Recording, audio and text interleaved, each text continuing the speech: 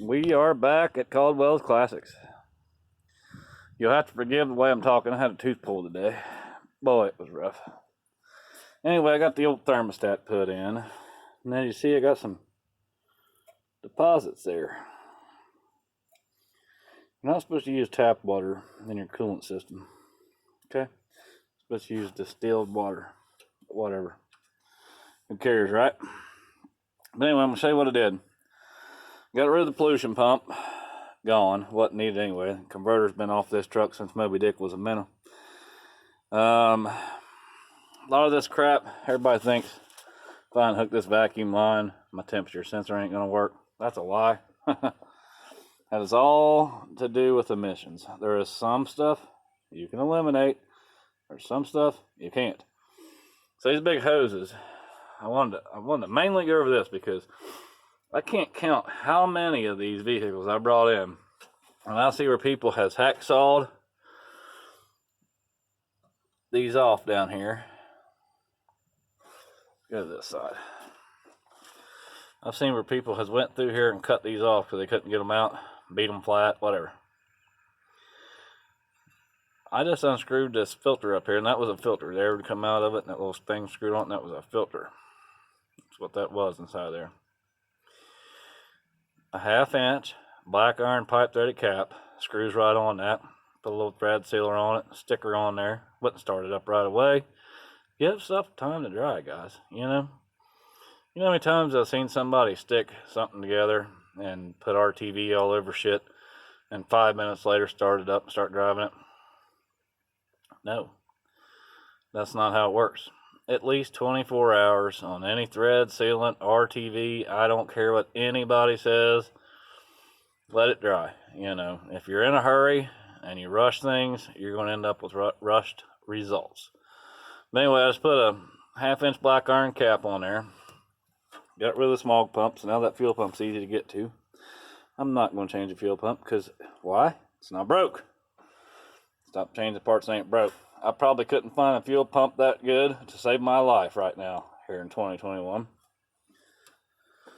So anyway, I did that. Got rid of that junk. Converters were gone anyway. This does have an external transmission cooler on it. I'm going to flush it out before I put everything back together. And what I'm going to do that with is WD-40. A little bit of WD-40 is not going to hurt your transmission. I'm not putting nothing corrosive in there, nothing that's going to cause, pouring gas in something or whatever. So you just throw some WD-40 in there and let her set, shake her around, blow it out there. It's messy, but it does the job. But WD-40 is a very good cleaner. It does a really good job. And like I said, if a little bit's left in there, it's not going to hurt the old transit commission. It's not going to hurt it. This truck, their AC actually still blows cool on it. It ain't cold, but still blows cool. And it ain't been retrofitted. This has not been switched over yet. Once you switch these over, what happens is the seal will start leaking on this because for some reason the oil or the Freon or whatever won't hold up. But you can actually take these off. There's places that redo these because this is obviously the original one, so I'd like to keep it. So I'll have this redone. They'll put all new seals in it and stuff. Then I'll retrofit kit it, but it won't be retrofitted. This will be new. It'll get a new orifice put in it, a new dryer, and that, yeah. And while it's apart, I'll redo the seals on it and stuff too. It's only 2 hoses. It's easy to do. It's all right here. Might as well do it while I'm doing it. Pretty easy to do. I think the orifice on these is down in here. So somewhere you'll pop the line off and there'll be a little screen in there. You pop that out and they'll have all kinds of junk in it. Everybody just wants to keep pounding Freon and stuff. And that's not your problem. That's like everything else. Junk gets in it. But mainly on these, I'm dropping the thermostat down to 180. But see this condenser? I'm going to clean that really good. You can do that with Dawn dishwashing liquid, Pine Sol, whatever you want to do. But you get it all soaked down, let it set, and spray it out from the inside out. Inside out, spray it out. Not with no pressure washer, Bill. Don't use no pressure washer. Just use a water hose. Get it cleaned out, get some of that dirt out of there. But what I really wanted to show everybody is the radiator. Look down in it, it's kind of limey in there. I don't want to try to do no pressurized clean on this radiator. I don't want to buy a radiator, so I'll never find an old brass radiator like this again. But it ain't horrible. So I put some CLR in it. It's a calcium remover, you know. There's a lot of other stuff you can use to do this with too. It's anything that's going to eat that stuff away without tearing anything up. So this is a brass radiator. But anyway, so I put some CLR in it, and then I just filled it up from here. Now it's just soaking in there. I'll get it level. This will set all night. So I'll get it level, let it set all night. Once I'm done, I'll just rinse it out, get it back on the truck, throw some Prestone coolant system cleaner in it, drive it for a couple of days. You know, the bottle says drive it 20 minutes, flush it out. That's bullshit. You know, you need to drive it longer than that. But the most important part is that you have removed all the coolant from the vehicle. Nothing but water in there. Here, on my transmission cooler and the radiator, all I'm going to do, you can actually just thread a line in there, blow in it. If it blows easy, it's not really dirty in there, it's doing its job. But for now, I'm going to cap this off. But I am going to clean this too. And how I'm going to do that is with WD-40. I'm going to spray WD-40 in here, spray WD-40 in here, level it up, let it set. She'll get picked up, sloshed back and forth, all that good stuff a few times. It'll set at least a day in there. And then when I'm done, getting ready to put it back together, I'll pop those plugs out and blow it out with air, and that'll be fine. These are little caps that come with your master cylinders to bleed them now. Screw right in there just fine. Keep water out of there while you're doing it. So anyway, you won't get too far into that. If you ever have a leak around this can be soldered or brazed. You know, solder or braze it. You know, don't go buying a part over it. Same with this neck. Can't do that to the plastic ones. Up here, if it's cracked up here, you can fix all that. Look at there. Made in the good old US of A. This is an original radiator. Very hard to find. You don't got a whole lot of radiator shops that redo them anymore. But I wanted to flip this over and show you the other side of it. Show you all the crud and dust and grime that's in this thing. No possible way it's cooling properly. But again, you want to clean it from this side out. You want to push everything back out of it. So that'll all get plugged off. Soak it down in cleaner. Really, this area in here, you could just use diesel fuel if you want. You know, when you're pressure washing your engines off and you want to clean your engines up, you can either go waste a bunch of money on gunk, or you can just go get a couple gallons of diesel fuel. You know, don't do it over the ground or in the grass. You know, get the EPA all up your butt. All I'm using here right now is, you know, biodegradable cleaners. Nothing abrasive is being used here or in any of my videos. But some people would just soak that down with diesel fuel. I don't know who, but so anyway, that's about it. I'm going to fill the transmission cooler part of the radiator up with WD-40, let it set overnight. That'll help clean that out in there. No need to put nothing abrasive in it because I done blow to it. It's not restricted. Just want to try to get some of that junk out of it. Put that in there, cap it off. I'm going to cap off the heater hose port, cap off this bottom line, cap off that after I fill it all the way up. And then I'll just give it the old swisher swasher and let it set. And before I put it back in, I'll pop the cap off of it. I'll rinse it out from this side, rinse it out from that side, blow it out real good the best I can, get a lot of that junk out of there. I don't want to get too much of that stuff in the motor and risk, you know, eating away at the head gaskets or anything like that. So this is an 85 C30 with 77,000 original miles on it. You don't want to go doing stupid stuff. You blow seals out. Other than that, I am going to clean the front of the motor up a little bit. I'm not going to get too crazy with a pressure washer right here around this intake seal. You know, this stuff gets brittle. I don't think it would hurt it, but you're better off to kind of scrape around it, clean it real good, and just hit it with a water hose. You know, it's not going to be a car show truck. All this area in here, I'll pressure wash all this up real good. Firewall is going to get pressure washed up real good. Carburetor, I'm just going to clean it, the outers of it, with some aluminum wheel cleaner. You know, spray it down, seal it off up here, and then normally I just kind of rinse it off a little bit. Then I take air and blow it off with air. And once I'm done degreasing an engine, washing an engine or anything, I always take an air compressor and blow all the air, all the water out with air. That way you're not risking leaving the water sitting in a sensor or whatever.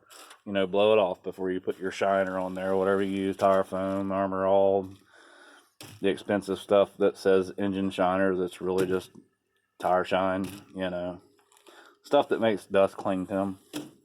I really just like to wash them up, clean them up real good, start them up, let it burn off. Maybe add a little tire shine on there, just a little bit. But I kind of like that bone stock look. I don't really like them all, you know.